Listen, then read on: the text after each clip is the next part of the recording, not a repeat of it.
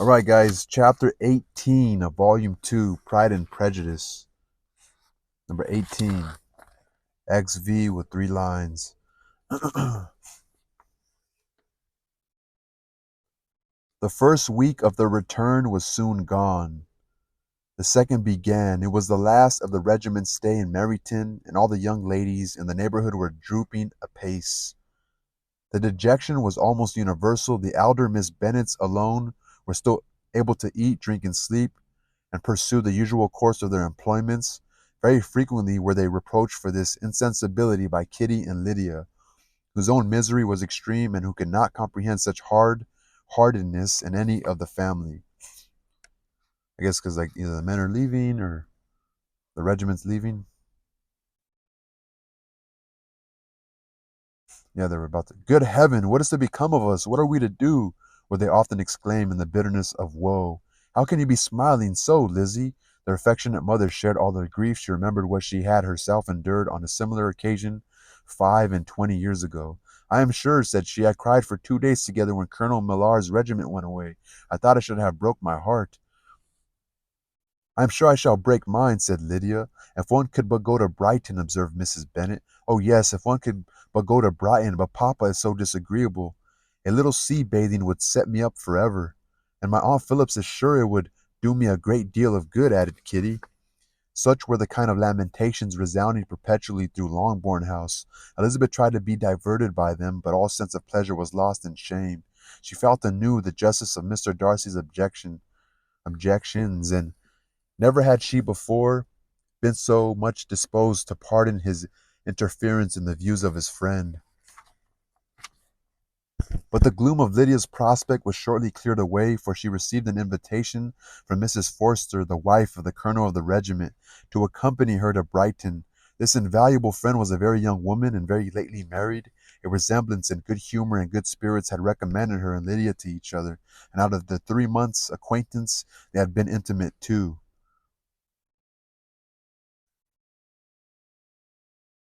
She put two, like TWO. The rapture of Lydia on this occasion, her adoration of Mrs. Forster, the delight of Mrs. Bennet, and the mortification of Kitty are scarcely to be described. Wholly inattentive to her sister's feelings, Lydia flew about the house in restless ecstasy, calling for everyone's congratulations and laughing and talking with more violence than ever, whilst the luckless Kitty continued in the parlour repining at her fate in terms as unreasonable as her accent was peevish. I cannot see why Mrs. Forrester should not ask me as well as Lydia, said she. Though I am not her particular friend, I have just as much right to be asked as she has, and more too, for I am 2 years older. In vain did Elizabeth attempt to make her reasonable, and Jane to make her resigned. As for Elizabeth herself, this invitation was so far from exciting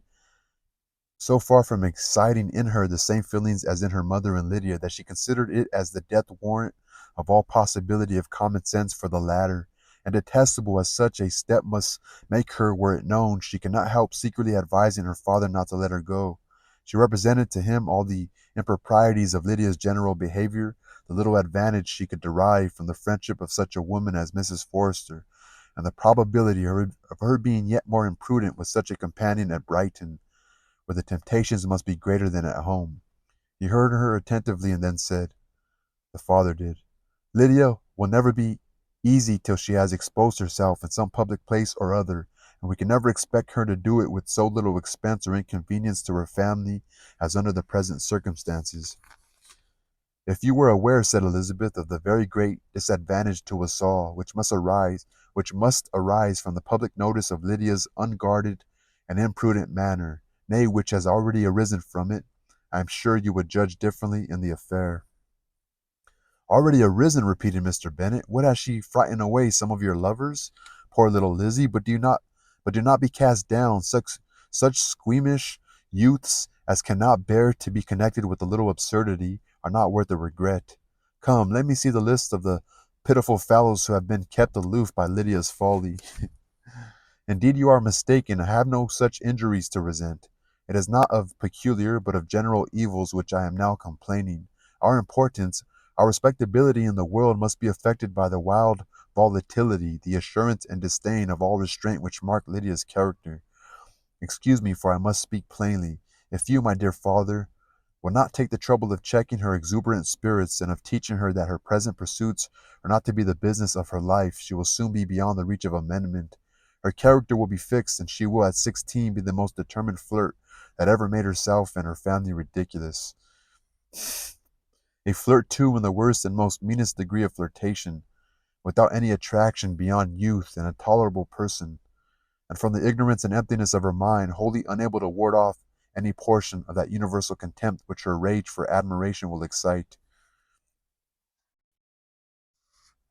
In this danger Kitty is also comprehended. She will follow wherever Lydia leads, vain, ignorant, idle, and absolutely uncontrolled. She spells it Uncnotrouled,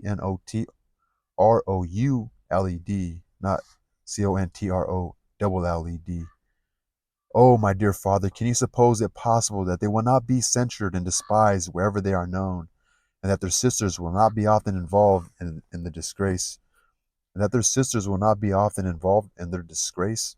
Mr. Bennet saw that her whole heart was in the subject, and affectionately taking her hand, said in reply, "Do not make yourself uneasy, my love.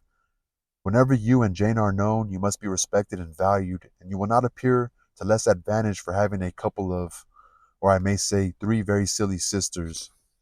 We shall have no peace at Longbourn if Lydia does not go to Brighton. Let her go then. Colonel Forster is a sensible man, and will keep her out of any real mischief, and she is luckily too poor to be an object of prey to anybody. At Brighton she will be of less importance even as a common flirt than she has been here. The officers will find women better worth their notice. Let us hope, therefore, that her being there may teach her her own insignificance. At any rate, she cannot grow many degrees worse without authorizing us to lock her up for the rest of her life." The father's kind of silly. With this answer, Elizabeth was forced to be content, but her own opinion continued the same, and she left him disappointed and sorry. It was not in her nature, however, to increase her vexations by dwelling on them. She was confident of having performed her duty, and to fret over unavoidable evils or augment them by anxiety was no part of her disposition. Had Lydia and her mother known the substance of her conference with their father, their indignation would hardly have found expression in their united volubility. In Lydia's imagination, a visit to Brighton comprised every possibility of earthly happiness. She saw with the creative eye of fancy the streets of that gay bathing place covered with officers. She saw herself the object of attention to tens and to scores of them at present unknown. She saw all the glories of the camp, its tents stretched forth in beauteous uniformity of lines, crowded with the young and the gay, and dazzling with scarlet, and to complete the view she saw herself seated beneath the tent, tenderly flirting with at least 6 officers at once. Had she known that her sister sought to tear her from such prospects and such realities as these, what would have been her sensations? They could have been understood only by her mother, who might have felt nearly the same. Lydia's going to Brighton was all that consoled her for the melancholy conviction of her husband's never intending to go there himself. But they were entirely ignorant of what had passed, but they were entirely ignorant of what had passed, and their raptures continued with little intermission to the very day of Lydia's leaving home. Elizabeth was now to see Mr. Wickham for the last time, having been frequently in company with him since her return.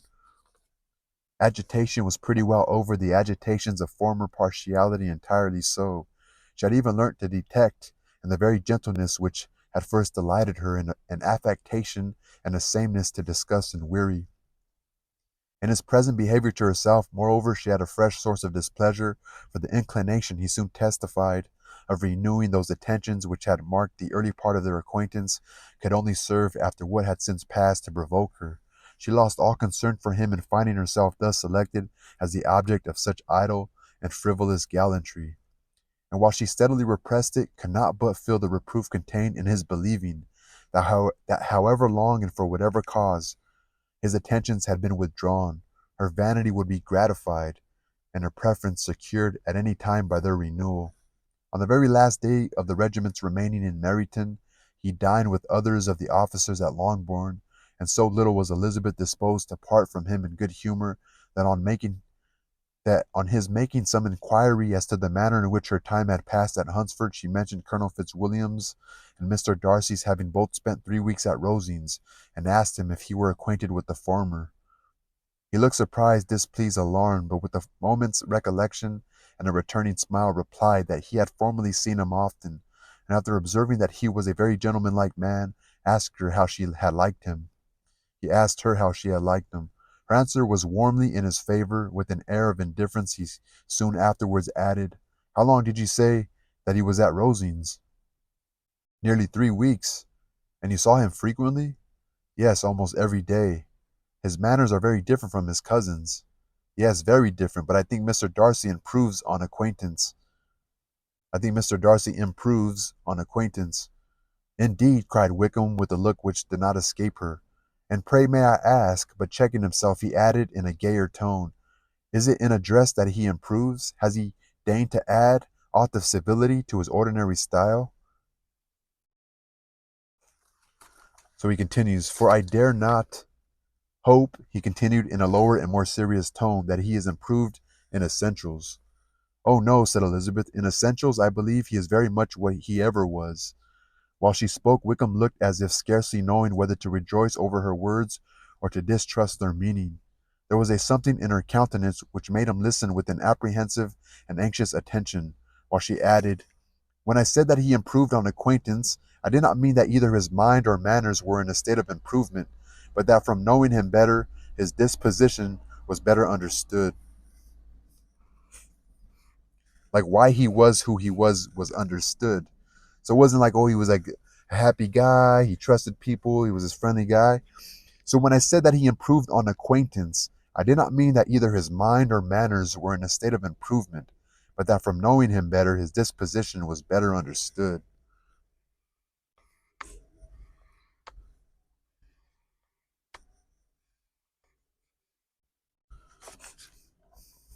I like that. Reminds me of Nietzsche.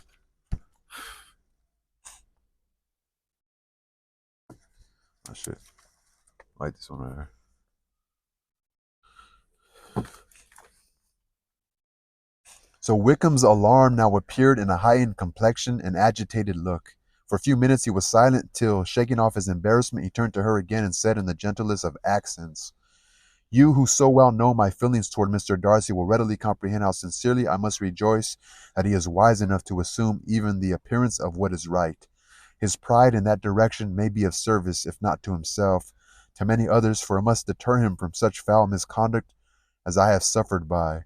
I only fear that the sort of cautiousness to which you, I imagine, have been alluding is merely adopted on his visits to his aunt, of whose good opinion and judgment he stands much in awe.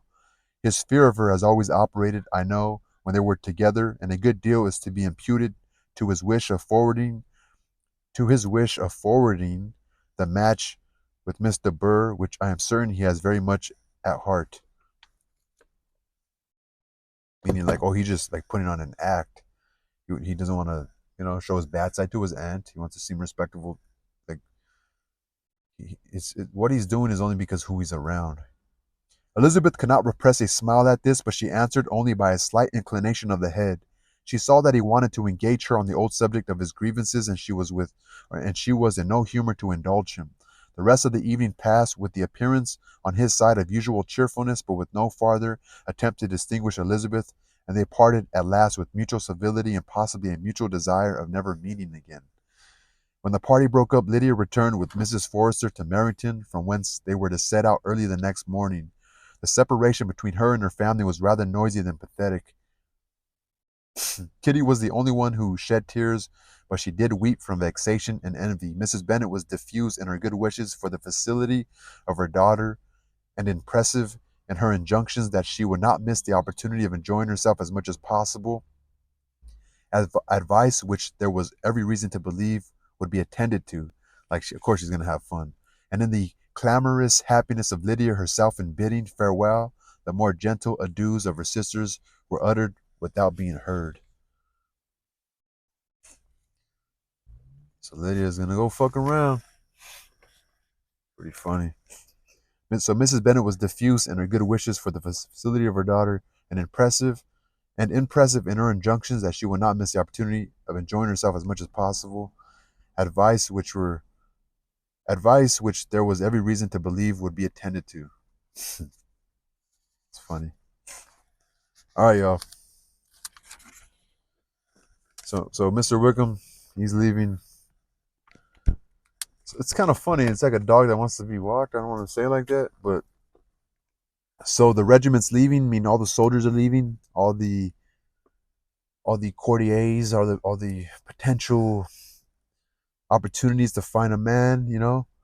Lydia's 16 and Lydia wants to fucking just leave.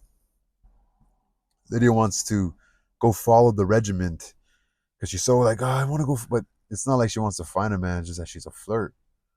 And the sister like goes and talks and like, be careful, be careful. I like this chapter though. I'm gonna highlight it. I'm gonna put a little asterisk by. Like she even tells the dad, like, dude, your daughter's gonna like make a bad name for herself. Her character's gonna be fixed. It's gonna be hard to change. You know, not within. I mean, that's just one in many other things to be careful of. You're gonna get heartbroken. You're gonna fall for the wrong guy. He's gonna use you. You could fucking get raped. Things to affect the conscience. Things that can set you back. A heartbreak can set you back. Um, People talking bad about you. I don't know. Maybe she doesn't give a fuck, but I'm sure this is Elizabeth, huh? I think that might be a portrait of Jane, or an actual drawing of Jane Austen, but I feel like Elizabeth is kind of maybe who Jane is, you know?